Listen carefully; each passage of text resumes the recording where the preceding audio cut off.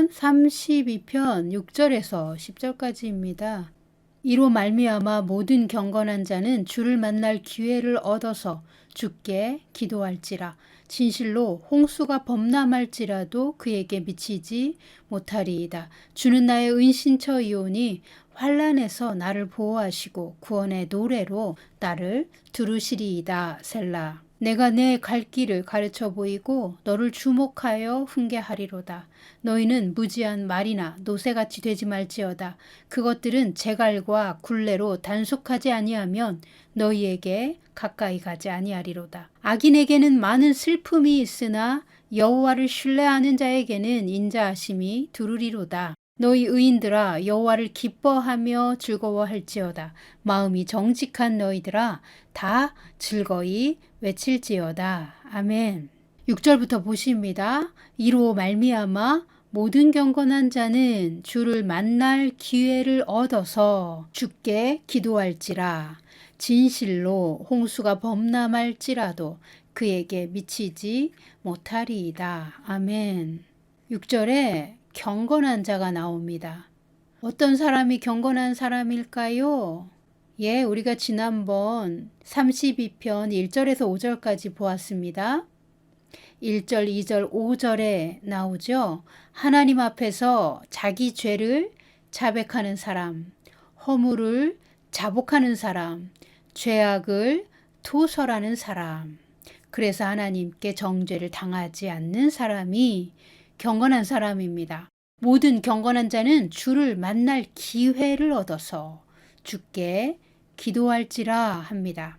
그냥 기도하면 된다고 하지 않고 주를 만날 기회를 얻어서 라고 말합니다. 아무리 많은 시간 기도를 한다 해도 주님이 우리를 만나주시지 않으면 우리의 기도는 상달되지 못합니다.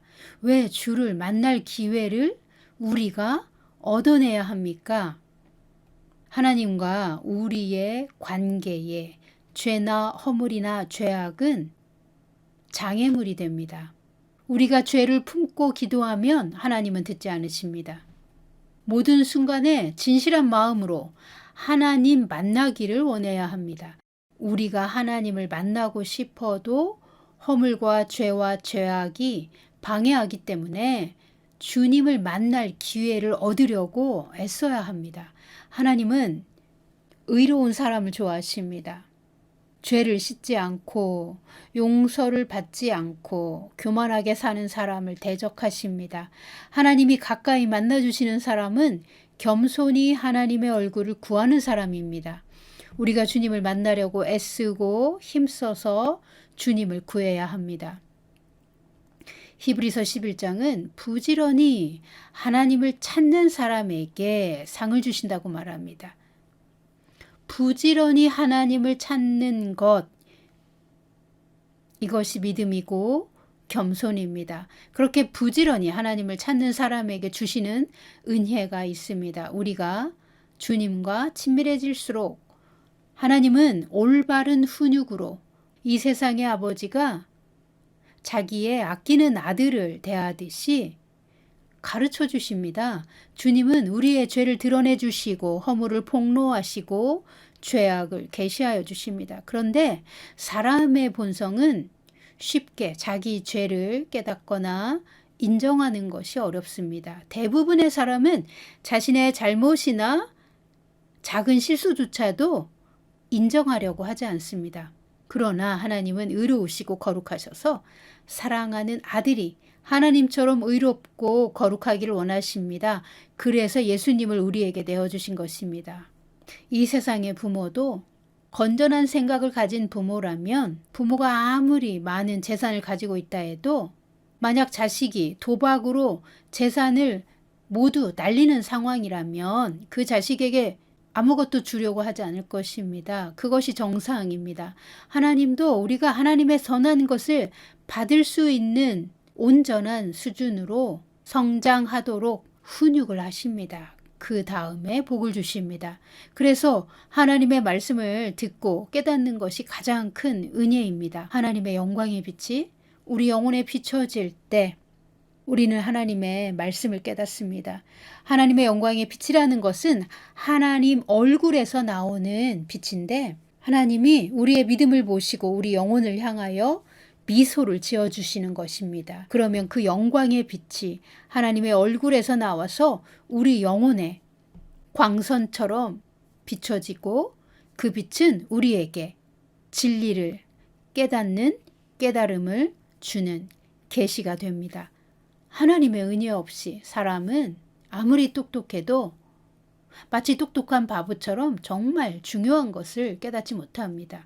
그러나 하나님께 가까이 나와서 하나님의 말씀을 청종하는 사람에겐 끊임없이 진리를 깨닫게 해주십니다. 우리가 진리를 알면 알수록 하나님의 지혜와 지식이 임해서 깨닫고 생각하고 판단하는 수준이 매우 높은 수준으로 높아지는 것입니다. 우리가 진리를 알면 알수록 점점 더 죄에서 멀어지고 이 세상과 구별되어 하나님의 거룩과 하나님의 의에 가까워집니다. 하나님의 의에 가까워질수록 하나님의 영광을 경험하게 됩니다. 자, 우리가 여기서 질문할 수 있죠. 우리는 이미 예수님의 피로 의로워졌는데 왜 또 의로워져야 하나요? 네, 우리가 구원받았을 때 의로워진 것은 우리의 영입니다. 죽었던 영이 살아났고 우리의 영의 신분이 죄인에서 의인으로 옮겨졌습니다. 예수님의 피로 죄사함을 받고 의인이 된 우리는 복음을 듣고 믿음으로 의인이 되었습니다. 그런데 이 의인들은 이제 영의 의로움뿐만 아니라 자신의 혼도, 즉 생각, 감정, 의지의 영역도 하나님의 말씀으로 변화를 받아 새롭게 되어야 마땅합니다. 우리의 혼, 즉 생각, 감정, 의지는 하나님의 말씀으로 변혁되고 치유되고 새 사람을 입습니다. 바울서신 전체가 이 혼의 변화를 말하고 있습니다. 의인들은 이제 세상과 구별된 삶을 살아야 하는데 천국 백성은 어떤 생각을 해야 하고 어떤 마음의 자세를 가져야 하고 이 현실의 삶을 어떻게 대해야 합니까? 그리스도인의 삶에 대해 바울 서신에 나오는 초대교회 성도들은 열심히 가르침을 받았습니다. 누군가의 집에서 함께 모여 떡을 떼고 교제하며 모일 때마다 말씀을 듣고 말씀을 강론하고 함께 기도했습니다.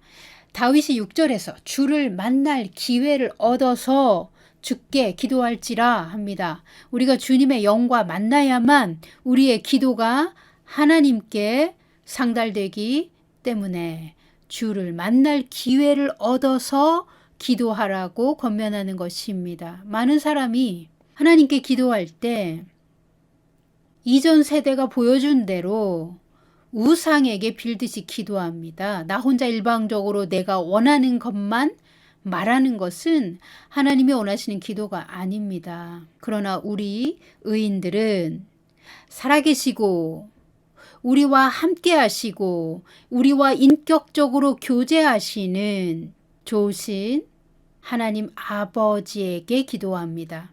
우리는 좋으신 아버지와 교제하는 천국의 사랑받는 자녀들입니다. 우리가 주님 만날 기회를 얻어서 하나님의 영과 우리의 영이 만날 수 있도록 우리는 이미 법적으로 승인된 하나님의 자녀입니다. 우리는 하나님을 만나서 하나님께 기도해야 우리의 기도가 하나님 귀에 들립니다. 주님을 만날 기회를 얻어서 주께 기도할지라 합니다. 온 마음으로 순전한 마음으로 주님을 만나고자 할 때 주님은 우리를 만나 주십니다. 우리가 온 마음으로 하나님의 마음에 귀를 기울이면 하나님이 우리를 만나 주십니다. 그때 우리가 하나님께 드린 기도는 반드시 이루어집니다. 8절과 9절 보세요. 내가 내 갈 길을 가르쳐 보이고 너를 주목하여 훈계하리로다. 너희는 무죄한 말이나 노새같이 되지 말지어다. 그것들은 제갈과 굴레로 단속하지 아니하면 너희에게 가까이 가지 아니하리로다. 아멘. 우리가 주님을 만나면 주님은 우리 삶에 가야 할 길을 그냥 알려주시지 않고 가르쳐서, 즉 훈육하여 보여주십니다. 이것을 알게 하려고 내가 너에게 지금 이 상황을 주었다 라고 주님께서 우리 영혼에 말씀하시는 것을 우리가 깨닫고 알 수 있습니다. 주님, 왜 이 상황이 저를 막고 있다고 느끼는지 모르겠습니다. 주님, 이 상황에서 저는 주님의 뜻을 듣고 싶습니다. 그렇게 기도하면 하나님은 지금 나에게 무엇을 가르쳐 주려고 하시는지 알려주십니다. 우리가 배우게 됩니다. 신앙생활은 이렇게 하나님과 친밀하고 매우 인격적인 관계로 진행됩니다. 하나님은 우리와 만나시고 하나님의 생각을 가르쳐 주시기를 기뻐하십니다. 때때로 우리가 듣고 싶어 하지 않을지라도 하나님은 우리가 마음을 열고 들으려고 할 때까지 기다려 주십니다.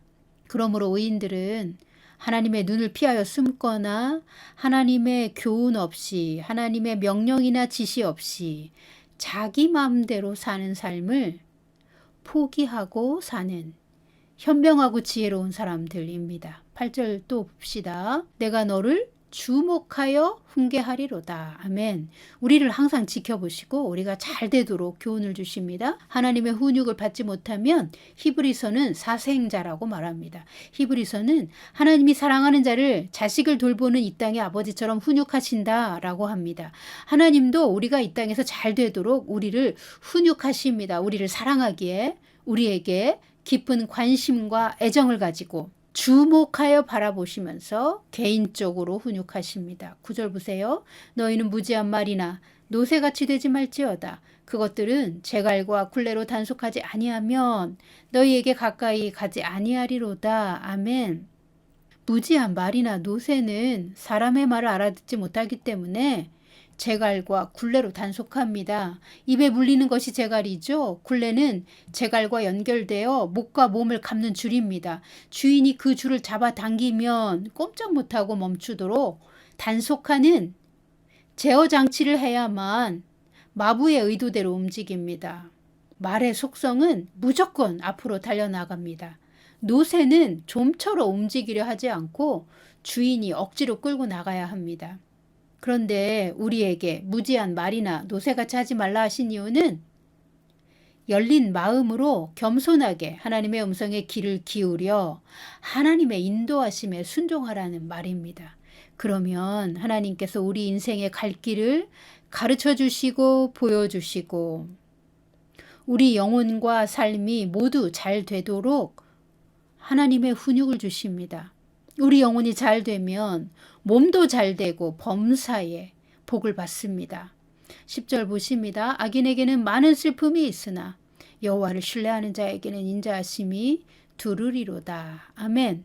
악인은 왜 슬픔이 많습니까? 죄와 허물과 죄악을 자기 마음에 그냥 가지고 도설하지 않고 회개하지 않고 용서받지 못한 채 살기 때문에 비참하고 힘들고 고통스럽습니다. 죄라는 것은 우리의 내면의 모든 생명 에너지를 갉아먹는 벌레와 같습니다.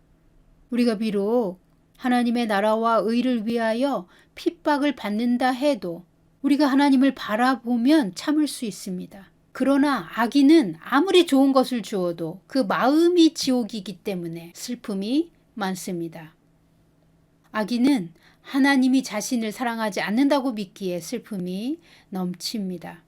그런데 10절에서 여호와를 신뢰하는 자에게는 인자하심이 두루리로다 합니다. 여호와를 신뢰하는 자는 어떤 사람입니까?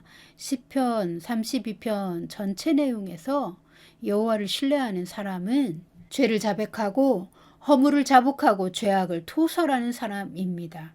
마음에 간사함 없이 순전한 마음으로 하나님을 만나기 위해 겸손히 하나님을 찾을 때 하나님은 그런 사람을 만나 주십니다. 하나님의 말씀을 들으려고 마음의 문을 열고 하나님의 가르침을 듣고 훈계를 받습니다. 그리고 순종합니다. 그래서 내 삶의 길을 온전히 하나님께 맡기고 삽니다. 이것이 하나님을 신뢰하는 사람입니다. 하나님의 인도하심대로 따라가는 사람이 여호와를 신뢰하는 사람입니다. 만약 우리가 성숙한 신자가 아니라면 어린 신자일수록 자기 목자의 훈육을 겸손히 따라가야 합니다. 그래야 하나님과 친밀해지는 방법을 배웁니다. 목자의 권면이나 가르침을 듣지 않고 자기 혼자 하나님의 음성 들었다고 하는 사람은 귀신에게 속을 가능성이 매우 높습니다. 우리가 하나님 음성을 듣고 그것을 분별하기 위해 멘토에게 확인받는 사람이 하나님의 질서 안에 있는 사람입니다. 하나님을 믿는다는 것은 하나님을 의지하고 하나님께 순종하는 믿음이 있는 것입니다. 하나님이 살아계신 것을 믿고 하나님은 자기를 찾는 자에게 상 주시는 좋은 하나님이신 것을 믿는다면 하나님께 가까이 나아가 하나님을 의지하고 하나님께 자기 삶을 맡기는 것이 여호와를 신뢰하는 사람입니다. 여호와를 신뢰하는 사람은 하나님의 인자하심으로 울타리를 쳐주십니다. 우리의 실수나 잘못을 언제나 용서받고 위기나 환난에서도 하나님의 초자연적인 도우심을 받습니다. 하나님은 우리에게 엄격하게 심판하시는 하나님이 아니십니다. 우리가 하나님을 의지하면 할수록 우리가 하는 모든 일에 하나님의 인자하심이 따라옵니다. 그래서 이 사람은 어디에 있어도 하나님이 함께 하시기에 그 마음이 즐겁고 평화롭고 가볍습니다. 하나님을 의지하는 사람은 모든 상황에서 하나님의 인자하심을 경험합니다.